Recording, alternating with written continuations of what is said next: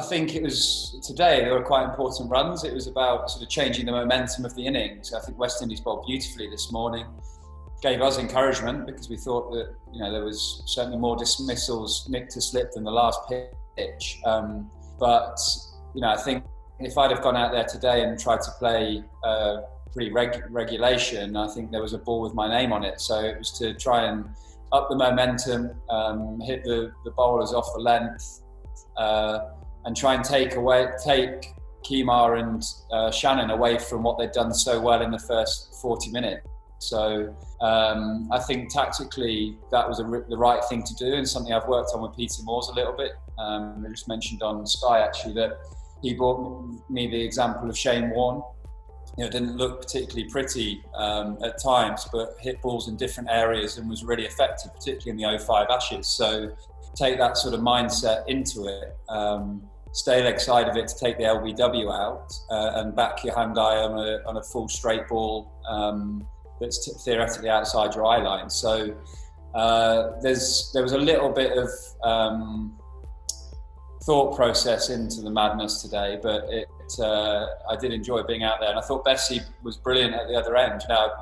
Had a really nice innings with Mark Wood at the Wanderers, and we were both sort of revving each other up to try and hit it further and further, whereas Bessie showed brilliant experience for a young man today to be able to continue and stay in his bubble and play the way he wanted to play when a sort of a headless chicken was swiping away at the other end. Yeah, I mean it's been a great day for us for sure. I mean it feels great, but we also talk international cricket. You don't have many days that you individually can go like, oh, that was a great day. I don't know what the percentage would be, but even there's days that you might not bat or bowl. Your team might have a great day, but you individually might not.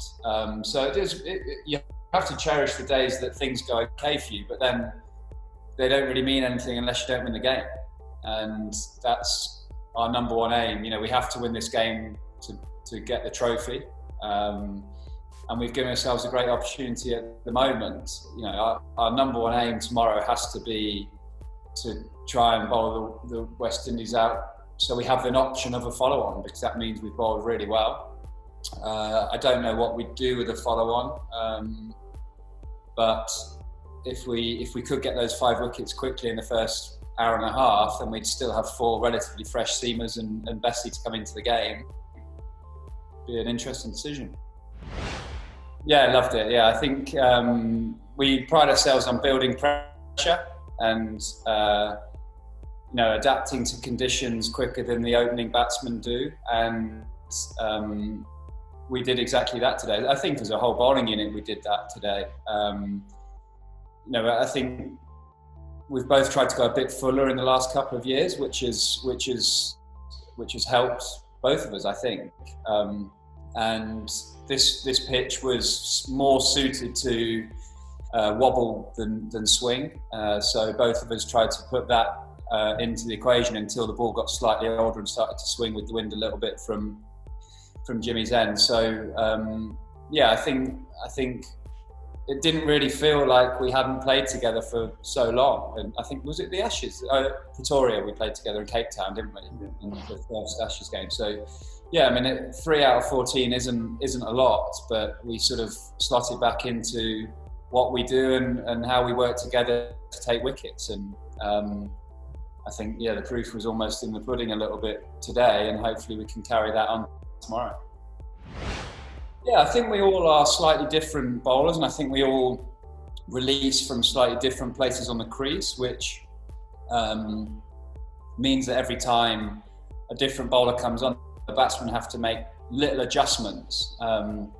And we pride ourselves in, we have a saying between the bowling unit of control the run rate, control the game a little bit, because if you don't make easy boundaries, if you go wicket, you're in the game still.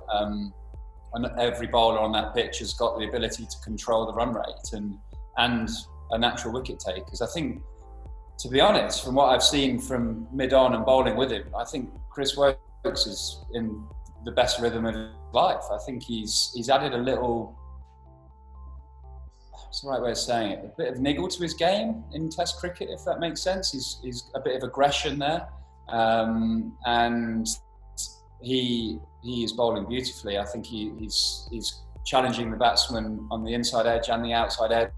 Great bounce and good pace, and it's good to have a sort of an armoury of fast bowlers that you feel like you could play anyone, and everyone feels like taking wickets. I wonder if we were ahead in the series, I wonder if we'd have maybe gone with the batsman over the extra bowler.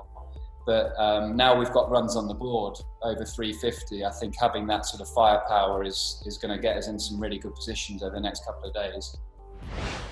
I was bowling with the wind going across the ground, like into chase. I was trying to bowl outside off stump. We'd been talking to Chris Wokes at mid-on for about 9 balls of when to really bowl a slightly quicker one that comes back in. How Chris got him in the first innings of the last test, actually. So it was like patience, bring him across. So eventually when I tried it and it hit the pad, it was a different sort of, when a plan comes together, a slightly different level of excitement. So I sort of celebrated like it bowled in, really, instead of having to appeal. So yeah, not one of my favourite moments, but also the 10 seconds after taking a wicket, you just don't have any control of what's happening. But it wasn't one of my finer ones. It doesn't beat I reminded Joff at mid-off, actually, that it doesn't beat his one for Sussex against Leicestershire when he just charged down with his knees high and his both arms in the air, but it was a pretty bad one, or good one. It depends which way you're looking at that one. I think for this pitch that it suits, it's relatively slow, but it suits seam and hitting the pitch. I think it's a very, very strong attack. I think the great thing that with the bowlers we've got here is everyone offers something slightly different. Sam Curran with the left arm, Woodley with dynamic pace. It feels like anyone that plays just brings something slightly different. I think what you want to try and avoid is 4 seamers that all do exactly the same thing, because if you don't get a pitch that suits, you could be in a bit of trouble. Whereas this seam attack really, really does have a difference in sort of line and attack and seam and swing and wobble. And it's quite relentless.